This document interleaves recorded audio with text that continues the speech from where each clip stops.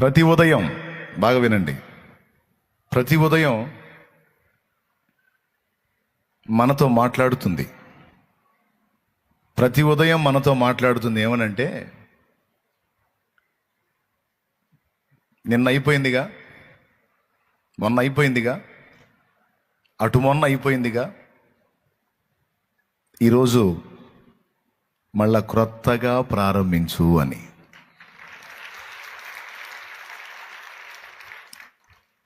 ప్రతి సూర్యోదయం మనకు నూతనమైందా కాదా? మొన్న వచ్చిన సూర్యోదయం అంతే ఉందా? లేదు, మారిపోయింది. సూర్యోదయం అయింది, మళ్ళా రాత్రి వచ్చింది, రాత్రి పోయింది, మళ్ళా సూర్యోదయం అయింది. అట్లాగా ఈరోజు ఉదయం మనకు అగుపించినటువంటి సూర్యోదయం మౌనంగా మనతో మాట్లాడుతుంది. ఒక సంవత్సరానికి సరిపడా ఒకేసారి వెలుగు ఉంచవచ్చు నా దేవుడు, కానీ వెలుగుకు కొన్ని గంటలు, చీకటికి కొన్ని గంటలు పెట్టి నేను కొంతకాలం మరుగై మళ్ళా కనపడేటట్టు, మరుగై మళ్ళా కనపడేటట్టు, మరుగై మళ్ళా కనపడేటట్టు దేవుడు నియమించాడు. ఎందుకో తెలుసా? దినములు పాతవిగా ఉండకూడదు, అవి నూతనం కావాలి అని నా దేవుడు సంకల్పించాడు. అందుకనే నేను అదే సూర్య బింబమైనా మీకు ఎప్పటికప్పుడు కొత్తగా కనిపిస్తాను. రాత్రి వచ్చిందంటే మళ్ళా సూర్యోదయం వచ్చిందంటే మళ్ళీ అది నూతన సూర్యోదయం. Praise the Lord. ఈ నూతన సూర్యోదయం, ఈ నూతన శుభవత్సరం, ఈ శుభదినం మనకి ఇస్తున్నటువంటి మౌన సంకేతం ఏంటంటే, గడిచిపోయిన కాలాన్ని వదిలేసేయి, ఈరోజు నీకు నూతనంగా ఒక నూతన ప్రారంభం కానుంది. ఇది మొదలుకొని ఆయన ఆశీర్వాదం నీ మీదికి రానుంది. కాబట్టి ఈ డేని ఇక నువ్వు కొత్తగా మొదలుపెట్టు అంటుంది.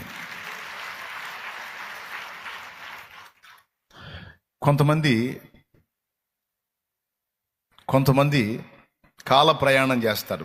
నేను చెప్పేది బాగా అర్థం చేసుకుంటే మంచి ఛార్జింగ్ అయింది, హృదయానికి మంచిగా ఛార్జింగ్ అయింది. అవ్వాలా? ఎందుకంటే రాత్రి ఉండి మళ్ళా మీరు ఈ కోటానికి కూడా వచ్చారంటే దేవుని కొరకు మీకున్న ఆకలి, ఆసక్తి చాలా సంతోషం. అందుకే ఒక విలువైన పాఠాన్ని నేర్పించి మిమ్మల్ని విడిచిపెట్టేస్తాను. ఏం చెప్తా ఆపాను? కొంతమంది కాలంలోకి ప్రయాణిస్తూ ఉంటారు అండి. అలా తెలుసా? కొంతమంది మొన్నల్లో బతుకుతారు, కొంతమంది నిన్నల్లో బతుకుతారు. అర్థమైందా? మొన్నల్లో నిన్నల్లో బతకడం అంటే ఏంటో తెలుసా? గడిచిపోయిన జీవితంలోకి వెళ్ళి పద్దాకల దాని గురించి ఆలోచిస్తూ ఉంటారు. అప్పుడు అట్లా చేయకుండా ఉండాల్సింది, అప్పుడు ఆ పిచ్చి పని చేయకుండా ఉండాల్సింది, అప్పుడు ఆ నిర్ణయం చేయకుండా ఉండాల్సింది, అప్పుడు అలాంటి అడుగు వేయకుండా ఉండాల్సింది. ఏం చేద్దాం, అడిగేసాం, జరగాల్సింది జరిగిపోయింది, ఇంకంతా అయిపోయింది అని నిన్నట్లో మొన్నట్లో కాల ప్రయాణం చేసి అక్కడే కూర్చుంటారు. ఎక్కడ కూర్చుంటారు? అక్కడే నిన్నల్లో మొన్నల్లో కూర్చుంటారు. మీలో కూడా కొంతమంది అలాంటి వాళ్ళు ఉన్నారు. గడిచిపోయినటువంటి జీవితంలో జరిగినటువంటి కొన్ని పొరపాట్లు, అవి ఆత్మీయ జీవితంలో కావచ్చు, భౌతిక జీవితంలో కావచ్చు, కొన్ని మీరు తీసుకున్న నిర్ణయాలు, మీరు వేసిన స్టెప్స్ పొరపాటు అయిపోయి దాని తాలూకు రిజల్ట్ నీకు ఇప్పుడు వికృతంగా కనిపిస్తుంటే, దాన్ని బట్టి గతాన్ని తలుచుకొని కుమిలి ఏడుస్తున్న పరిస్థితుల్లో మీలో అనేకులు ఉండి ఉండవచ్చు. ఈ నూతన సంవత్సర శుభారంభంలో దేవుడు నీకు నాకు ఇస్తున్న హెచ్చరిక ఏమిటంటే, సంకేతం ఏంటంటే, నిన్న గడిచిపోయింది, మొన్న గడిచిపోయింది, గడిచిన సంవత్సరం గడిచిపోయింది. కొంతమంది నెలల్లో బతుకుతారు, కొంతమంది వారం క్రితం జరిగిన వాటిలో బతుకుతారు, కొంతమంది ఏకంగా సంవత్సరాల అవతల బతుకుతుంటారు. పెళ్ళై 20 ఏళ్ళు అయితే ఈ మనిషిని పొరపాటును చేసుకున్నానని 20 ఏళ్ల క్రితం పోయి బతుకుతుంటాడు. పెళ్ళయి 25 ఏళ్ళు అయింది. ఈ దరిద్రుడిని పొరపాటును చేసుకున్నానని 25 ఏళ్ల క్రితం వెళ్ళి ఏడుస్తూ ఉంటుంది. ఇది గతంలో బతకటం అంటే, కాల ప్రయాణం చేయటం అంటే. ఏమన్నా అర్థమవుతుందని నేను చెప్పేది? వ్యాపారం నష్టం వచ్చి సంవత్సరాలు అయిపోయింది. అప్పుడు ఆ దరిద్ర వ్యాపారం పెట్టకుండా ఉండాల్సిందని ఆ వ్యాపారం దగ్గరే కూర్చుంటాడు. అయ్య బాబు, అయిపోయింది, సంవత్సరాలు గడిచినాయి, లాభమో నష్టం అయిపోయింది, ఇప్పుడు అక్కడి నుంచి రావేంది నువ్వు?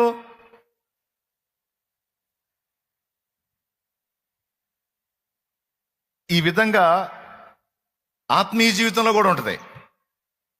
అప్పుడు ఆత్మీయంగా బాగా బలంగా ఉన్న రోజుల్లో ఆ పొరపాటు పడకుండా ఉండాల్సింది. ఆ రోజు అడుగు జారింది, నా బతుకంతా ఇక పడతా లెగుస్తా, నా బతుకంతా ఇంతే అయిపోయింది, ఇక ఇంతేనేమో అని గతం గతించిన దానిలో బతకడానికి ఇష్టపడతారు కొంతమంది. మీరు స్తోత్రం చెప్పండి ఒకసారి. దేవుడు ఈ శుభవేళ మనతో మాట్లాడుతుంది ఏంటంటే, గతం వదిలేయి. కొన్ని విషయాల్లోనే గతకాలపు స్మృతులు నీ జ్ఞాపకం ఉండాలి, కానీ మిగిలినవి నువ్వు పట్టించుకోవద్దు. గతాన్ని, జరిగిపోయిన దాన్ని తలుచుకొని నిరాశ ఊబిలోనికి దిగిపోవద్దు. గడిచిపోయిన సంవత్సరాలను తలుచుకొని నువ్వు కుమిలిపోయి కృంగిపోయి నిరాశ ఊబిలోనికి, నిరుత్సాహము, కృంగుబాటు అనే ఊబిలోనికి దిగిపోవద్దు. నీకు నూతన సూర్యోదయాన్ని ఇచ్చి నేను నీతో మాట్లాడుతుంది ఏంటంటే, గతం అయిపోయింది, అది పాతది. ఇదిగో ఈరోజు నూతన సూర్యోదయం, మళ్ళా క్రొత్తగా నువ్వెందుకు మొదలు పెట్టకూడదు? నూతన ప్రయత్నం, నూతన విశ్వాసం, నూతన నిరీక్షణ, నూతన ఆశలు, నూతన ఆలోచనలు, నూతన ప్రయత్నాలు నువ్వెందుకు చేయకూడదు? మొన్న పోయింది, నిన్న పోయింది, ఈరోజు కూడా పోయిద్దా? నీకు ఈరోజు ఉంది, రేపు ఉంది. ఈరోజు ఉంది, రేపు ఉంది. నిన్నని మళ్ళా తేగలవా? ఎవరైనా అలా కాల ప్రయాణం చేసి 15 ఏళ్ల క్రితం చేసుకున్న భర్తను వదిలేయగలవా? 15 ఏళ్ల క్రితం చేసుకున్న భార్యను వదిలిపెట్టగలవా? ఆ కాలంలోనికి వెళ్ళిపోయి, ఆ 15 ఏళ్ల క్రితం వెళ్ళిపోయి అప్పుడు జరిగిన తప్పుని ఇప్పుడు దిద్దగలవా? అలాగే అప్పుడు జరిగిపోయిన ఆత్మీయ తొట్టుపాట్లు మళ్ళీ నువ్వు అక్కడికి వెళ్ళి సరిచేయగలవా? నీ వైఫల్యాలు కావచ్చు, నీ విజయాలు కావచ్చు, లేకపోతే నీ దుఃఖాలు కావచ్చు, సంతోషాలు కావచ్చు, అవన్నీ అయిపోయినాయి. నీ వైఫల్యాలను కూడా దేవుడు తీసి తన వీపు వెనక వేసేశాడు. నీ పొరపాట్లు, నీ పాపాలు, నువ్వు ఒప్పుకున్న దోషాలు అన్నీ కూడా ఎప్పుడైతే ఒప్పుకున్నావు అప్పుడే అవన్నీ తీసి తన వీపు వెనక పడవేశాడు. అంటే అర్థం ఏంటంటే, వాటికెళ్ళి నేను చూడను అని దేవుడు అంటే, నువ్వెందుకు పద్దాకలు వాటికెళ్ళి చూస్తున్నావు? అయిపోయింది కదా చరిత్ర. పొయ్యి మార్చగలవా? కానీ గడిచిపోయినటువంటి గతాన్ని నువ్వు మార్చలేవు, కానీ నీ ముందున్న భవిష్యత్తుని నువ్వు శాసించగలవు. కూడా మైండ్ సరిగ్గా ఉంటే మ్యాటర్ అర్థమైద్ది. గడిచిపోయిన గతంలోనికి వెళ్ళి గతాన్ని నువ్వు మార్చలేవు, కానీ నీ ముందున్నటువంటి భవిష్యత్తుని నీవు శాసించగలవు. ఇన్నాళ్ల వైఫల్యాలను కూడా భవిష్యత్తు విజయాలుగా నువ్వు మార్చుకోగలవు. ఆ ఛాన్స్ నా దేవుడు నీకు ఇస్తున్నాడు ఈ వేళ. నమ్మితే కూడా వేస్తున్నాము. హల్లెలూయా.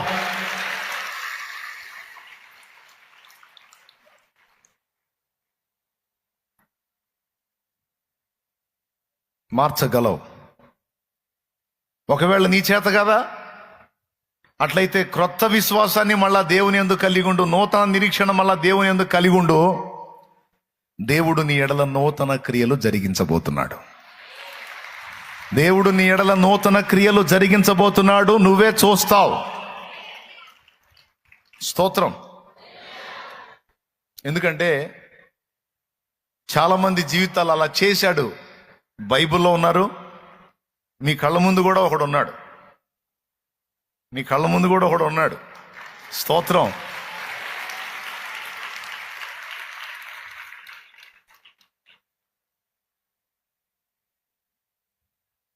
రోజుట్లాగానే లేచాడు. తను భిక్ష అడుక్కునేటువంటి ఆ పళ్ళెం ఎక్కడుందో అది చూసుకున్నాడు. తడవలాడుకుంటా తన కర్ర ఎక్కడుందో చూసుకున్నాడు.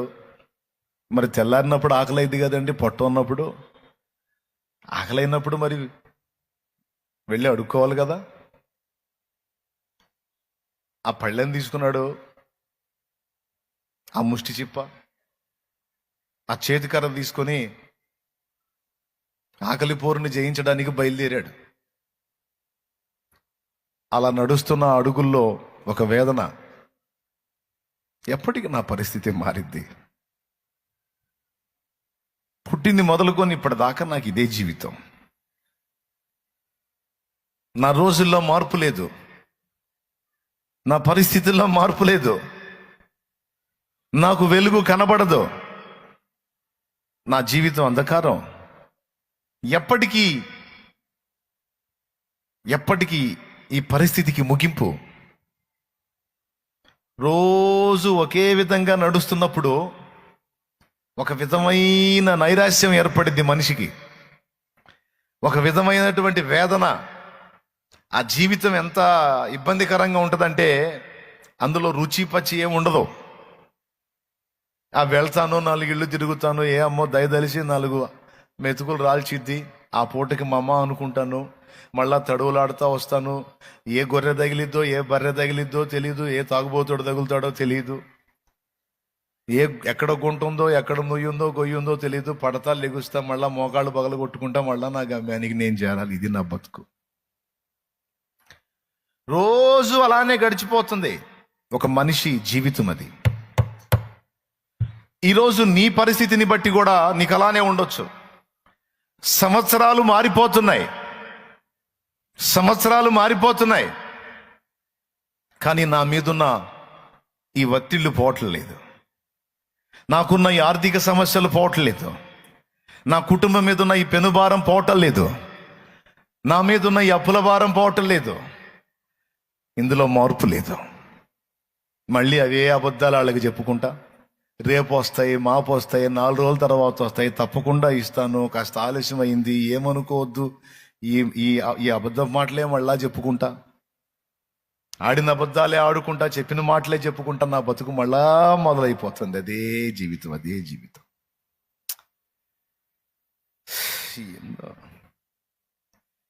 హ్యాపీ న్యూ ఇయర్లు వస్తున్నాయి, మారిపోతున్నాయి, కానీ నా జీవితంలో మార్పు లేదు. ఏమిటో దేవుని సేవకుల మాటలు వినపడుతున్నాయి, ఆదరణకరమైన వాక్కులు, కానీ నా జీవితంలో మార్పు కలగట్లేదు. ఏమిటో నా బ్రతికేంటో, నా పరిస్థితి ఏంటో. స్వస్థపరుస్తాడనే మాట వినపడుతుంది, కానీ నా దేహంలో రోగం మారట్లేదు. ఏమిటో నా రిపోర్ట్ అలానే ఉంది. సంవత్సరాలు గడిచిపోతున్నాయి, నా అవమానాల బతుకు మారట్లేదు. గొడ్రాలు అని ఇప్పటికి 12 సంవత్సరాలు, ఇప్పటికి 14 ఏళ్ళు, ఇప్పటికి 15 ఏళ్ళు సంతానం లేక ఈ మాటలు పడతా. ఏంటో నా జీవితం. భౌతికమైన సమస్యలను గురించి మనుషుల ఆలోచనలు ఇలా ఉంటాయి. నేను 2-3 రకాలు చెప్పాను, ఇంకా చాలా విషయాలను గురించి. రోజులు గడిచిపోతున్నాయి, కానీ మారని పరిస్థితులు కళ్ళ ముందు ఉన్నప్పుడు ఇలాంటి మాటలు, ఇలాంటి ఆలోచనలే వస్తాయా రావా? ఇంక వేరే ఏమన్నా వస్తాయా? అదేగా. లేచాడా ఈ దరిద్రుడు, ఇక పోతాడు, తాగటానికి పోతాడు. ఈ దరిద్రుడు తాగటానికి పోతాడు, ఈ దరిద్రుడు తాగుతాడు, వస్తాడు, సాయంత్రానికి తిరణాల. నా బతుకంతా ఇంతే. ఇది మారదు, ఇది ఇంతే. మారని వ్యక్తులను గురించి కుటుంబంలో కొంతమందికి వేదన. సంవత్సరాలు గడిచిపోతున్నాయి, వాళ్ళు మారరు, వాళ్ళ పరిస్థితులు మారవు. పెళ్లికి ఎదిగిన పిల్లలు కళ్ళ ముందు ఉంటారు, సంవత్సరాలు గడిచిపోతుంటే వాళ్ళకి సంబంధాలు రావు, వచ్చినా సెట్ కావు. వాళ్ళేమో ఏజ్ మారిపోతూ ఉంటుంది. వాళ్ళకి 20లో ఉన్నోళ్ళు 30లకు జారుతూ ఉంటారు, 30లో ఉన్నోళ్ళు 30లు దాడుతుంటారు. తల్లిదండ్రులు గుండెల మీద బరువు. రోజులు గడిచిపోతూ ఉంటే వేదన పెరుగుతా ఉంటుంది. ఇట్లా శారీరక సమస్యలను గురించి కొంతమంది జీవితాల్లో వేదన. అబద్ధాలు ఆడకుండా నిజం చెప్పండి.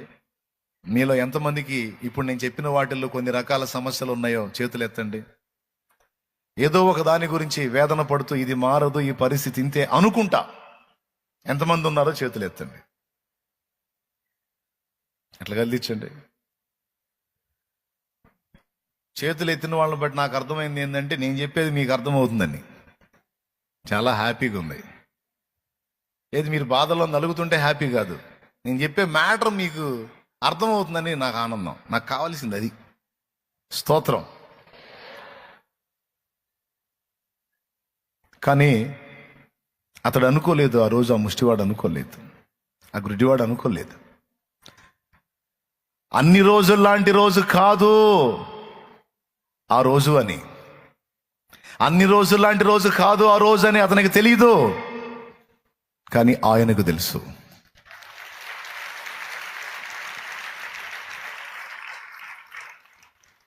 మారని నా బ్రతుకింతే, మారని నా రోజులు ఇంతే, మారని నా జీవితం ఇంతే అనుకుంటూ, అమ్మా ధర్మం, అయ్యా ధర్మం, బాబు గుడ్డివాడిని బాబు, కళ్ళు లేనివాడిని బాబు, ఆకలి అవుతుంది బాబు, సాయం చేయండి బాబు అని అడుక్కుంటా ఆ బజార్లో మిడి తిరుగుతా వెళ్తా ఉంటే ఒక పక్క వేదన. ఈరోజు ఎందుకు ఎవరికి నా మీద కనికరంగా కలగలేదు, ఎవరంతా అన్నం వేయలేదు నాకు అనుకుంటా. ఒక పక్కేమో ఈ రోజు నా దినచర్య ఇదేగా, నా బతుకు ఇదేగా, ప్రాణం ఉన్నంత వరకు ఈ పోరాటం తప్పదు అనుకుంటూ తను నిందించుకుంటూ, తన బతుకును తిట్టుకుంటూ, తన శాపగ్రస్తమైన జీవితాన్ని గురించి వేదన పడుతూ సాగిపోతున్నటువంటి ఆ అంధుడి జీవితంలో ఆ రోజు ఒక ఆశీర్వాదకరమైన రోజు అని వానికి తెలియదు. అన్ని రోజుల్లాంటి రోజే ఆ రోజు కూడా అనుకున్నాడు. కానీ అన్ని రోజుల లాంటి రోజు కాదు ఆ రోజు. అది యేసు అతనిని దర్శించబోతున్న రోజు. బాబు ధర్మం, అయ్యా ధర్మం అని అడుక్కోవటానికి ఇక అవసరం లేని ముగింపు పలకబోతున్న రోజు ఆ రోజు. కానీ ఆ రోజు యేసు తనను ఎదుర్కొంటాడని, స్వస్థపరుస్తాడని, తనకు అలాంటి దీనమైన జీవితం నుంచి విడుదల దొరుకుతుందని అతడు ఊహించగలడా? అనుకోగలడా? అనుకోలా. కానీ ఆ రోజు రానే వచ్చింది. అప్పటిదాకా వాళ్ళ లైఫ్ ఏమన్నా క్రమక్రమంగా మారుతూ వచ్చిందా? మీరు కరెక్ట్గా చెప్పాలి నాకు.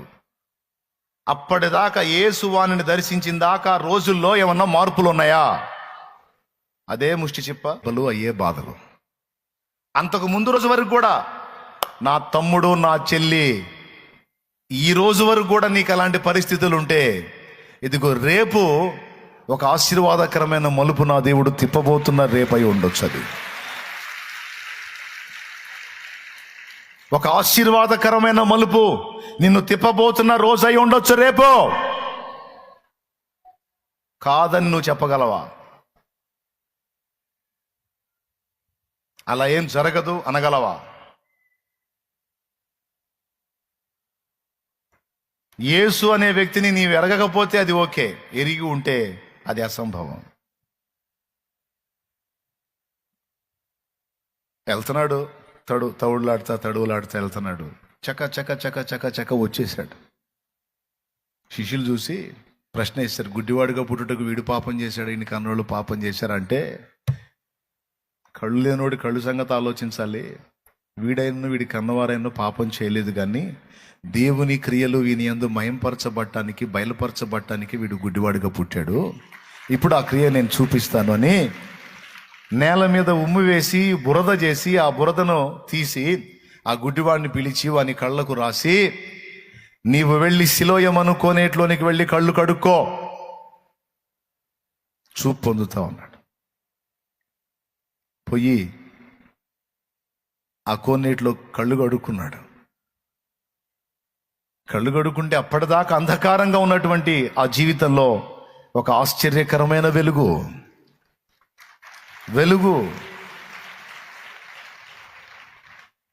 కోనేట్లోకి వెళ్ళాడు. ఆ బోధకుడు నన్ను కళ్ళు కడుక్కోమన్నాడు.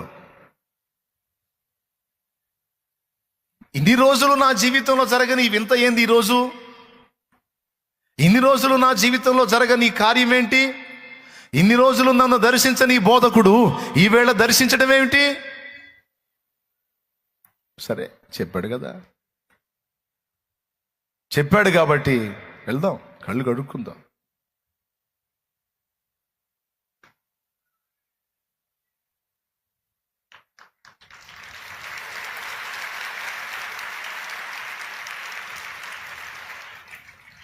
చీకటి తప్ప వెలుగు చూడని జీవితం అది. ఇప్పుడు తన ప్రతిరూపాన్ని తను చూసుకుంటున్నాడు. నేను ఇలా ఉన్నానా? నీళ్లు ఇలా ఉన్నాయా?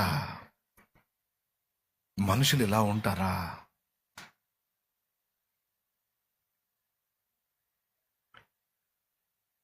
ప్రియులారా, సినిమా ఇంటికి పోయి చూద్దరు కానీ, సినిమా ఇంటికి పోయి చూద్దరు కానీ ఏమనుకోవద్దు.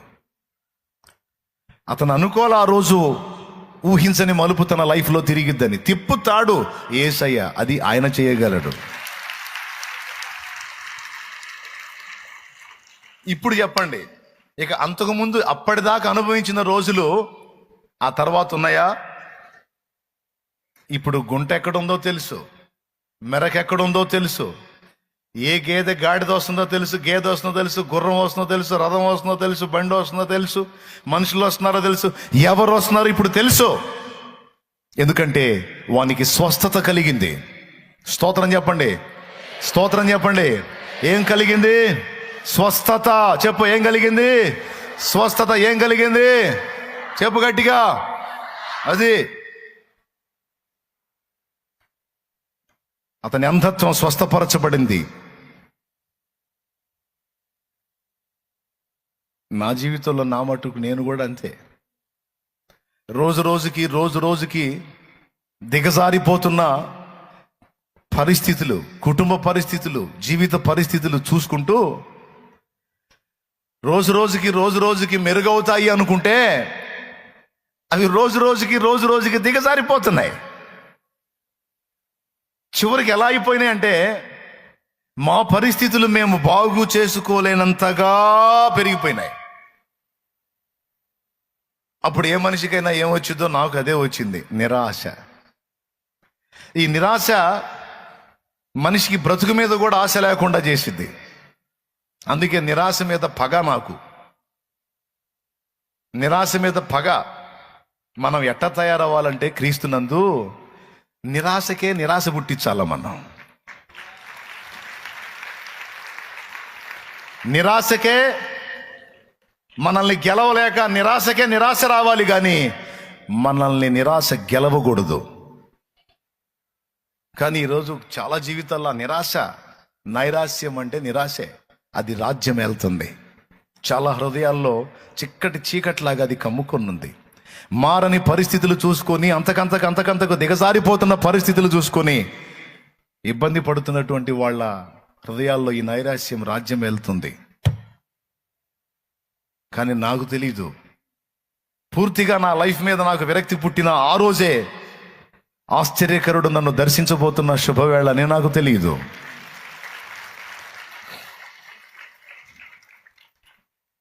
ఇక ఈ పరిస్థితులు మారవు, ఈ జీవితం మారదు.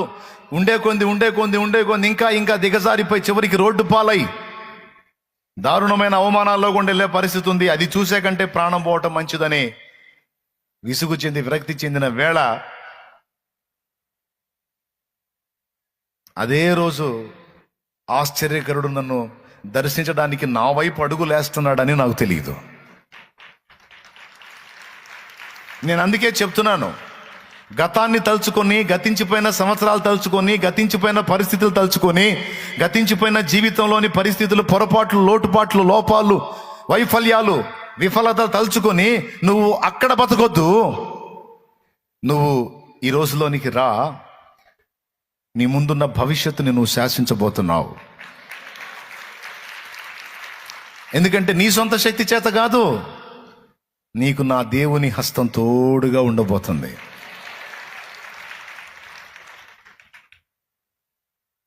సమాధుల్లో తిరుగుతున్నాడు కేకలేసుకుంటా. దయ్యాలు పట్టినప్పుడేమో అరుస్తున్నాడు, తన దేహాన్ని తానే చీల్చుకుంటున్నాడు. అవి వదిలిపెట్టినప్పుడు కాస్త తెలివి వచ్చినప్పుడు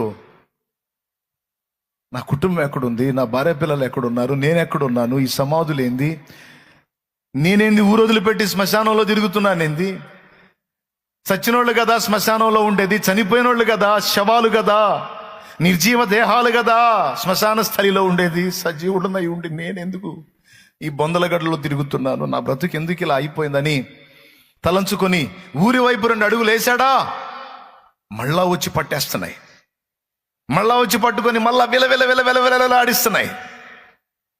విలవిలవిల్లాడిపోయి మళ్ళా కేకలేసి మళ్ళా తన దేహాన్ని తనే చీల్చుకొని పడి రొప్పే పరిస్థితి.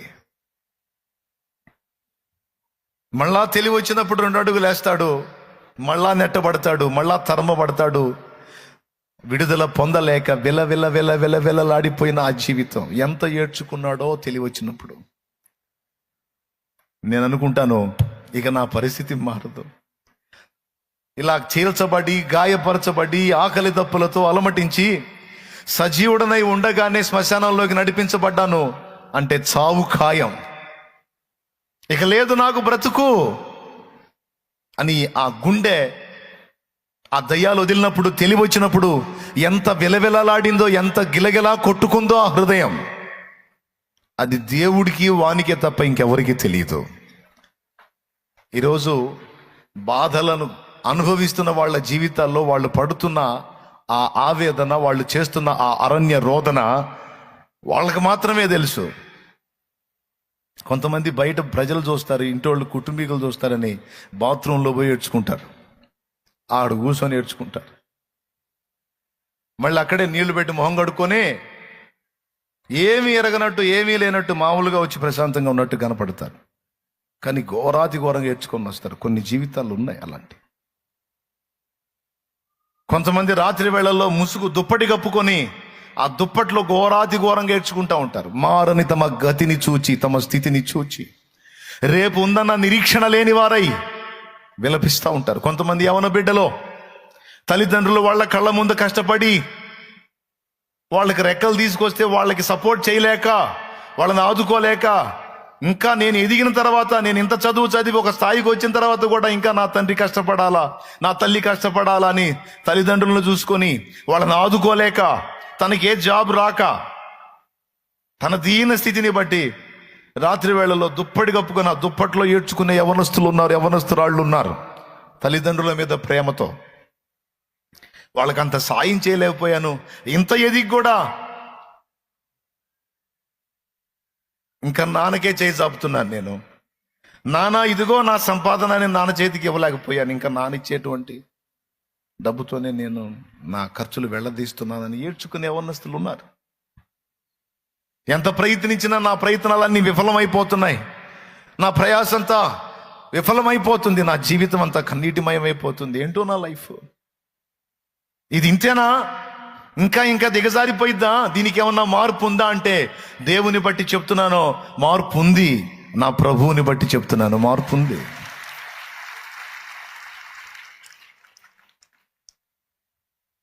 నా ప్రభు నీకు నిర్ణయించిన ఆ రోజు నీ జీవితంలో నీకు వచ్చేంత వరకే నీకు ఆ పరిస్థితి. ఆ రోజు ఎప్పుడు అంటే అది రేపే కావచ్చు. నేను అది చెబుతుంది పాయింట్, అది ఈ రోజే కావచ్చు. ఇన్నాళ్ల వేదనకు ఒక ఫుల్ స్టాప్, ఇన్నాళ్ల వేదనకు ఒక ముగింపు, అది ఈ రోజు కావచ్చు, రేపు కావచ్చు. నిన్నల్లో అయితే లేదు, మొన్నల్లో అయితే లేదు. నీ ముందున్నటువంటి ఈ రాబోతున్న దినాలు నీవే. ఎంతమంది నమ్ముతున్నారు? ఎంతమంది విశ్వాసం ఉంచుతున్నారు? ఈ శుభవేళ మిమ్మల్ని ప్రోత్సహించి ఒక నూతనత్వం మీలో, ఒక నూతనమైన ప్రారంభాన్ని మీలో చూడాలని ఆశతో పరిశుద్ధాత్మ ప్రేరణలోనే ఈ మాటలు మీతో పంచుకుంటున్నాను నేను. మీరు నమ్మినా నమ్మకపోయినా ఇది నిజం. ఈ నూతన శుభవత్సరం హితవత్సరమై, నీకు విడుదల సంవత్సరమై, ఇక రాబోతున్న రోజులన్నీ కూడా ఆశీర్వాదకరమైనవిగా ఉండాలని నేను మనసారా కోరుకుంటున్నాను. ఉంచగలడు నా దేవుడు.